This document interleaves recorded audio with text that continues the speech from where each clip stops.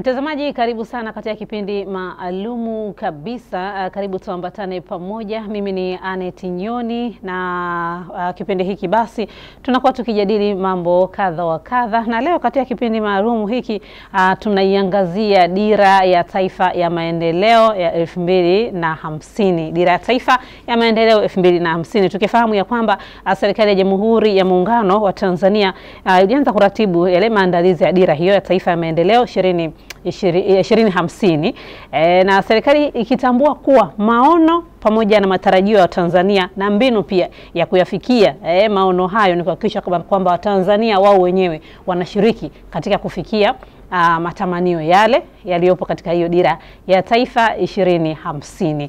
Na makundi mbalimbali, wadau mbalimbali wamekuwa wakitoa maoni yao kwa namna ambavyo basi wanatamani taifa hili liende, kwa namna ambavyo basi wanatamani nini kifanyike ili kuhakikisha kwamba basi tunafikia ile nchi ya ahadi katika kipindi cha miaka 25 ijayo. Sasa kwa kulitambua hilo, nasi Tumaini Media tukaona wacha hii leo tuwe na mdau, tuwe na mkereketwa huyu wa maendeleo, lakini mkereketwa huyu yeye amejikita zaidi katika matumizi ya elimu ya sayansi na teknolojia na masuala haya ya ubunifu. Yote haya ni katika kukuza uchumi wa nchi, sisi kama Watanzania, lakini na Afrika kwa ujumla wake. Kwa maana kuna wakati mwingine tusijifikirie tu sisi, tunajifikiria sisi wa Tanzania, lakini na Afrika kwa ujumla wake.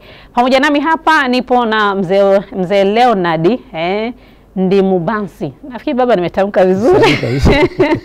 Ndimubansi, majina ya Kibantu haya. Kasulu huko Kigoma. Kigoma huko. Na baba karibu sana. Yes, sana. ndo niko naye hapa siku hii ya leo katika kipindi hiki maalumu kabisa tukiangazia hiyo dira ya taifa ya maendeleo ya 2050. Na pengine baba, kwa jenga msingi wa hiki ambacho tunakizungumza siku hii ya leo kwa nchi yetu hii ya Tanzania, tunapozungumzia dira hii 2050, pengine kwa historia nyuma tushawahi kuwa na dira ama ikoje kwa nyuma tulipotoka? Kwa kweli hapa tuanze hivi. Unafahamu historia ya nchi ndio haianzi hapa, inaanzia mbali kidogo. Unafahamu Tanzania na Afrika ndio tulikuwa na tuchukua utumwa, halafu tukapata ukoloni. Naona tulipojitawala ikaja Azimio la Arusha. Azimio la Arusha hili itaka kuweka pembeni kabisa ile madhara ya ukoloni, tujisomee si wenyewe. Kwa hiyo ile Azimio la Arusha yalikuwa mambo mengi, ikaweka kwanza miko ya uongozi. Halafu pili kaona kwamba kuna tabaka makubwa kati ya matajiri tunacho nini, kwa hiyo ikataifisha mali za watu. Unaona? Sasa kwa hiyo kutaifisha, nadhani kulikuwa na shida kidogo. Ile Azimio ilikuwa nzuri mno na mpaka leo yako mambo kwenye Azimio Arusha mazuri anza yakachukuliwa tu. Lakini kuna sehemu mambo nadhani kulikuwa na tuteza kidogo, ni kwa kutafsiri njia ya kuuza uchumi. Maana njia ya kuuza uchumi zilikwenda mbali mpaka kwenye nini, kwenye maduka, mabusha ya nyama, petrol station, hapa ilikuwa ya lazima kweli. Lakini vile vile miuko ya uongozi ilibana mno. Kwa hiyo ndio maana kwenye awamu ya pili Mwinyi akaita Azimio la Zanzibari. Ndio.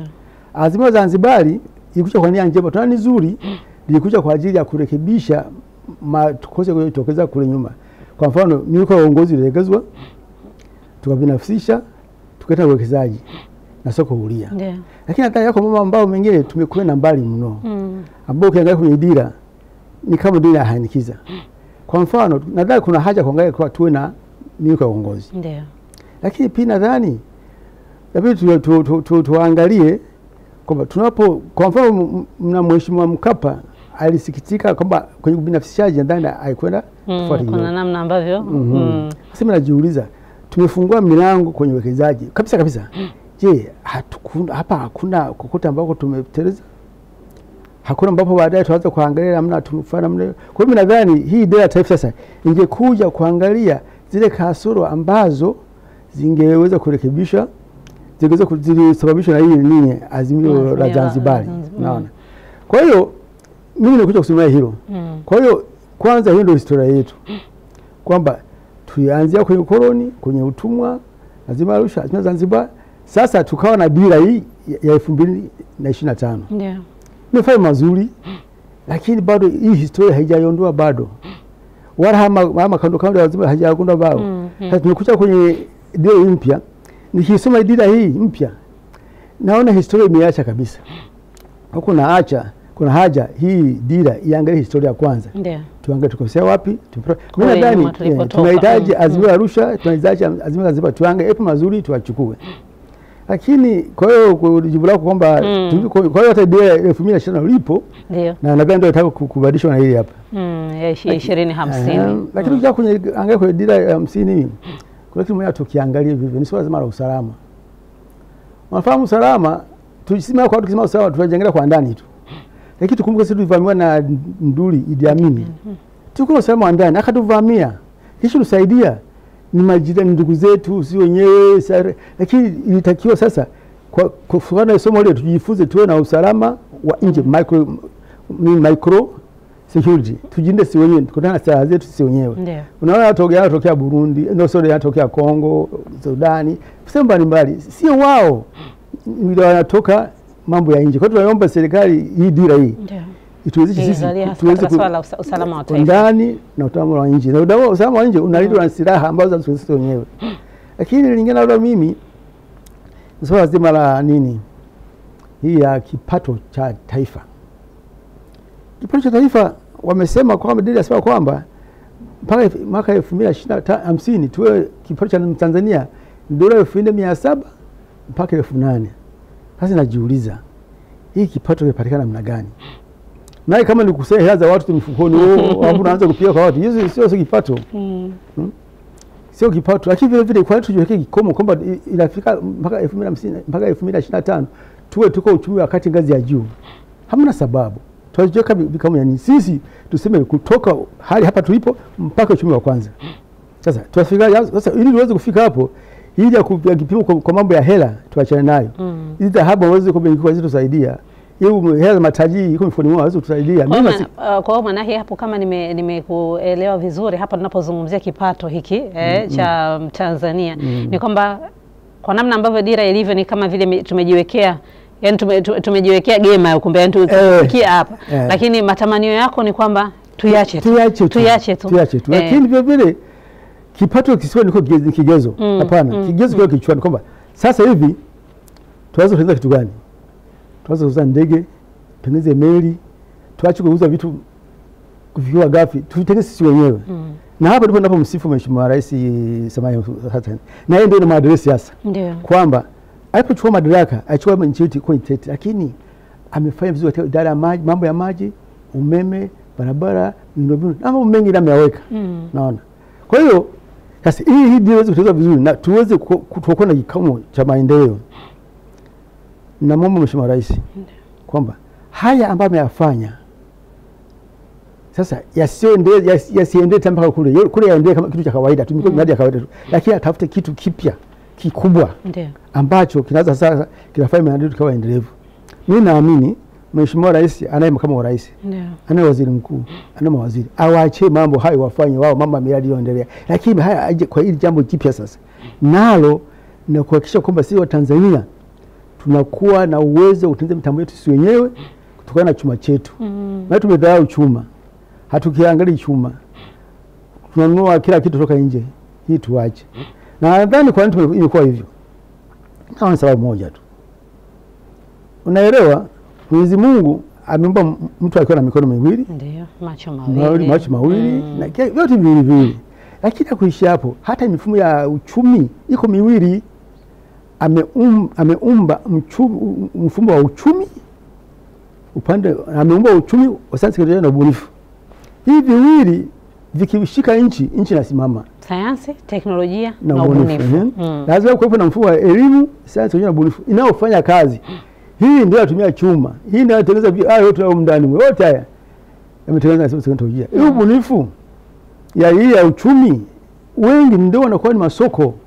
Hasa kwa sababu kwa sasa hivi kutokana na kuwa na mfumo mmoja tu wa uchumi ni kwamba hata kwenye dira ya taifa wengi wako mule ni wachumi watupu.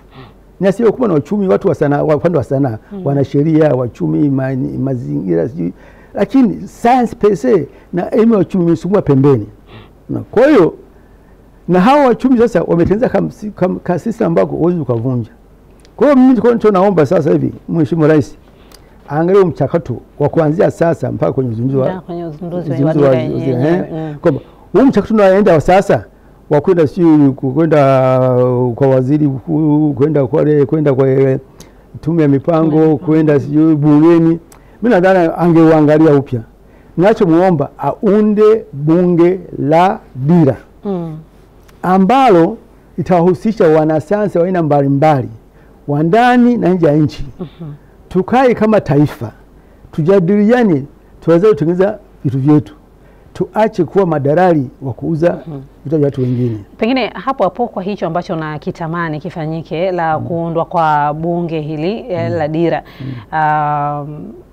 Wewe sasa kama mkereketwa, kama mwanajamii, pengine unapa kuanzia, kuna mahala ambapo unaona tukianza hivi, ama wewe binafsi labda nikianza hivi, naamini tunaweza kufika kule. Na pengine ndani ya hilo bunge la dira humo ndani sasa, unadhani vyakutanisha watu gani ambao mwisho wa siku tutatoka na dira ya taifa ya maendeleo 2050 ambao kweli itakwenda kujibu yale ambayo tunaona hii leo kama mapungufu? Mahali pa kuanzia papo, ndio nimeanza tangu mwaka 2000 mpaka na Yesu swala hili. Nimeenda sehemu mbalimbali, lakini kaje kugundua kwamba mwenye uwezo kusukuma ni Mheshimiwa Rais. Ndio. Isipofika kwa rais haiwezi kufanyika. Nina rasmi huu ni muhtasari wake huu hapa. Mimi nimeita maandalizi ya mpango mahususi wa maendeleo ya Tanzania katika sayansi na ubunifu na vivyo na Afrika. Unaona? Kwa hiyo mapa kuanzia papo na wala hawezi kuhangaika tena. Naona. Kwa hiyo ni swala tu la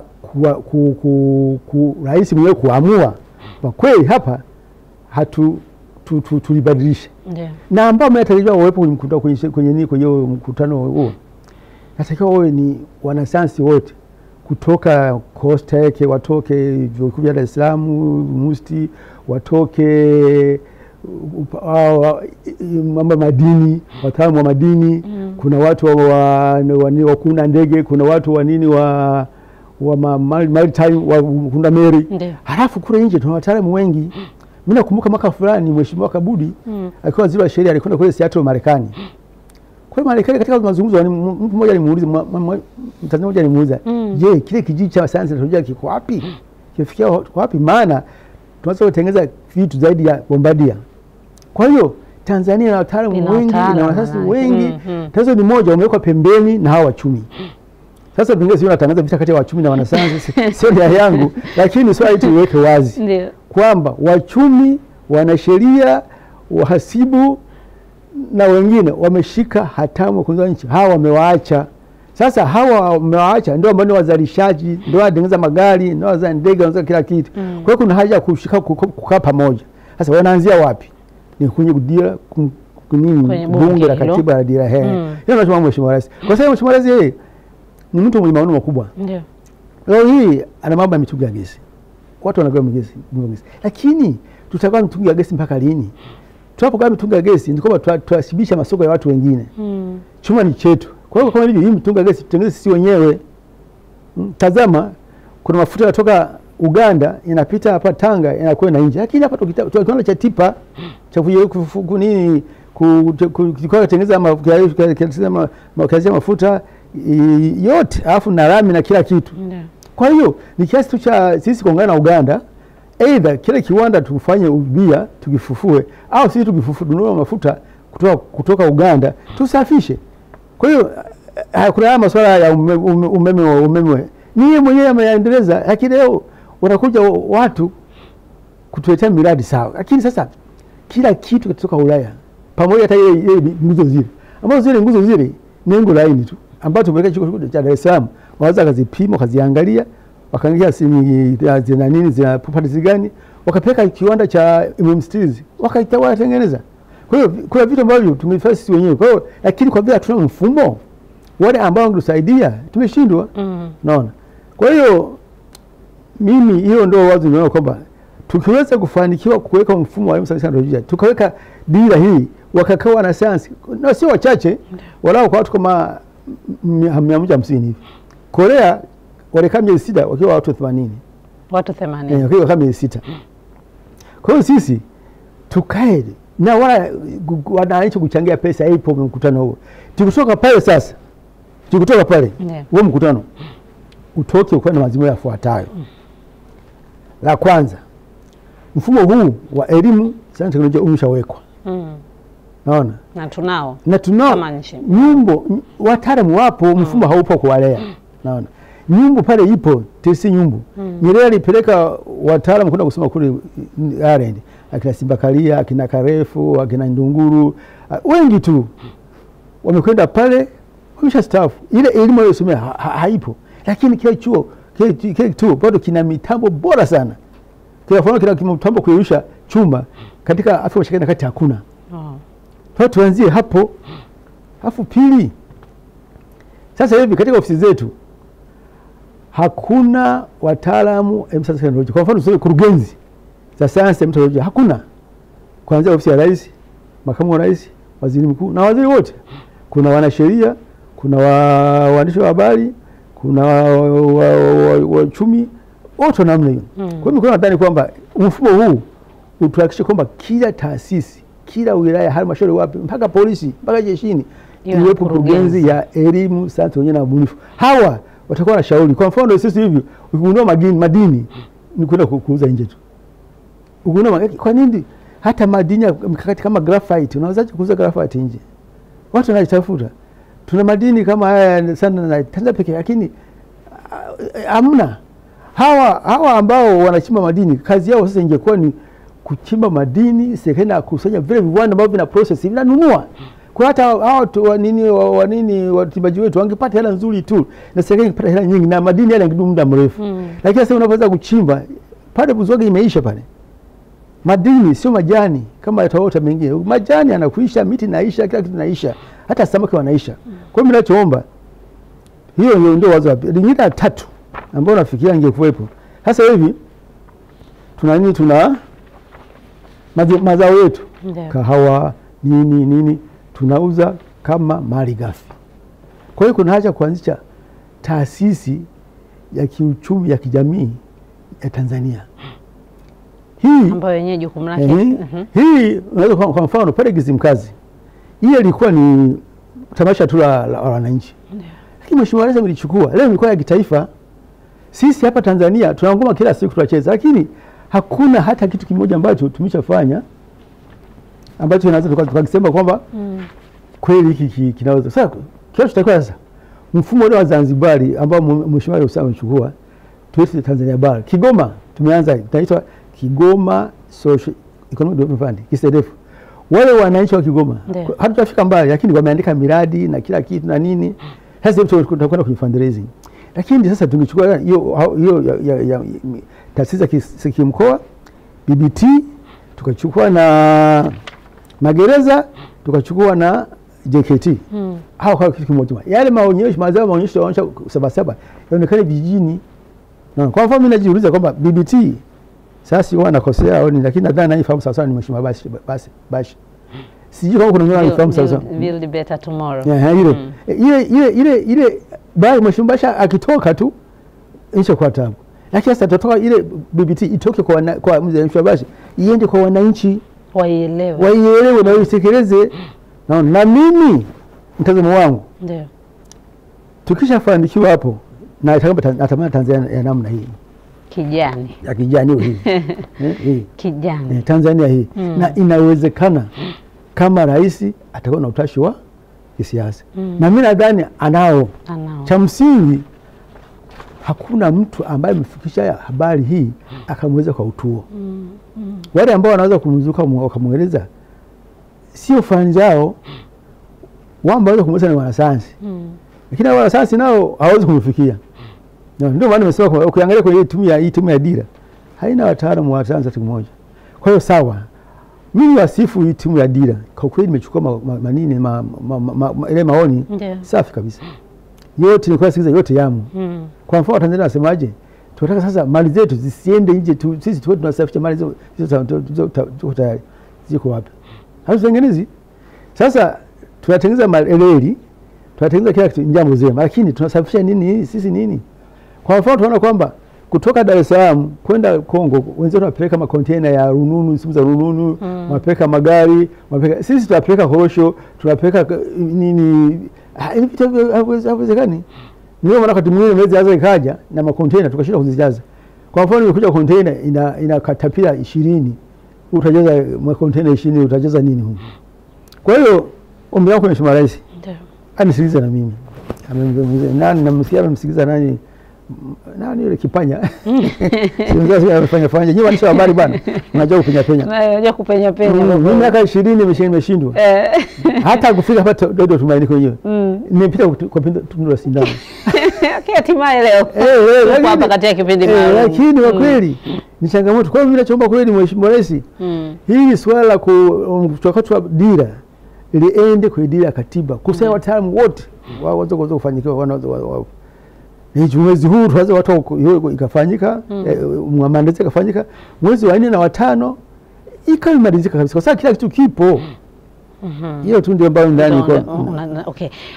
Umezungumza mazuri na yale ambayo unayatamani pengine hapo katika hiyo dira ya maendeleo. Kile nimesahau ni swala la mashirika ya umma. Mimi nadhani hili nalo serikali ingeliangalia kwamba ni vizuri mashirika ya umma yakawa ndio uti wa mgongo baada ya kuwa sekta binafsi. Ila ni refu kidogo sasa ueleza, lakini nadhani kuna haja. Kwa sababu unaona kuna document moja serikali imetoa kwamba sehemu ambayo serikali sekta binafsi ina interest mashirika masiende kule. Sisi tunataka mashirika umma yakachimba madini. Tunataka mashirika umma yakafanya mambo ya kalime, yakafanya kila aina. Kwa mfano tazama kwenye document moja hivi wameshirika la bagi ya Kibaha Kibaha wamelifuta. Lakini ukiangalia shirika lile lilikuwa linazalisha wakati huo unaweza ng'ombe, mbuzi, nini, kila kitu. Ile haikuwa kufuta, wana eneo kubwa itakuwa serikali warudi kule iko kwa historia yake. Waonyeshe wa kitu gani? Waipe mtaji, halafu waweke hata BBT pale. Waone namna gani. Sasa kuna eneo kubwa tuliko pale. Ile shirika la kibali sila kufuta ila kufufuliwa. Ndio nilikuwa nakuja hapo pengine katika hayo mazuri yote ambayo umeyazungumza, lakini Mheshimiwa Rais ana zile 4R. Namna gani pengine hizi 4R za Rais wa Jamhuri ya Muungano wa Tanzania na mawazo yako unaweza kuyaoanisha ili mwisho wa siku tuweze kufikia pale ambapo tunataka kufika sasa katika kuleta maendeleo nchini? Tutaanza na reconciliation. Reconciliation yani maridhiano. Ndio. Sisi tukubaliane kama mfumo mmoja wa uchumi hautoshi, tuweke mfumo wa pili wa elimu, sayansi na teknolojia. Twende pamoja. Hiyo ndio kwanza reconciliation. Ndio. Tukija kwa resilience, sio maweza kuvumiliana. Na mimi kabisa kwamba katika kubaliana kutakuwa na watu kupinga na nini, lakini tukubaliane na tuvumiliane kama jamani, bila mfumo wa sayansi na teknolojia na leo mnamwona mama hivi kwenda duniani huko. Hakuna kubembana bemba. Sasa hata wao wenyewe wanaparuana. Na tujue kwamba wanaparuana, wakielewana sisi ndio tunaumia. Kwa sababu ana Ukraine atapandisha bei ya mbolea, bei ya chakula, ndio tutakaoumia. Kwa hiyo tukubaliane sasa hivi wakati bado hawajaka vizuri. Lakini hata kuna hii nini reform. Ile wanaita mageuzi mengi inaitwa mapinduzi. Tuseme kwamba kuuza mali asili ghafi nje mwisho. Dhahabu tusiuze nje kwa ghafi. Madini ni mazao tusiuze kwa ghafi. Sasa hivi tufanye reform. No, rebuild. Ambayo nataka niibe detail reconstruction. Tujenge upya. Tufanye mambo yetu katika mazingira ya sasa. Na sisi tuuze vitu vilikuwa finished. Na hao wawekezaji wao tuseme kama watatuletea teknolojia mpya. Hawaji nayo. Na watu wetu mtaji. Kwanza mtaji na wao wanakopa. Na wao wanakopa. Hii cheti tutaje mkataba huo watu anapeleka benki anakopa. Basi wapo wa Tanzania sasa kakopa.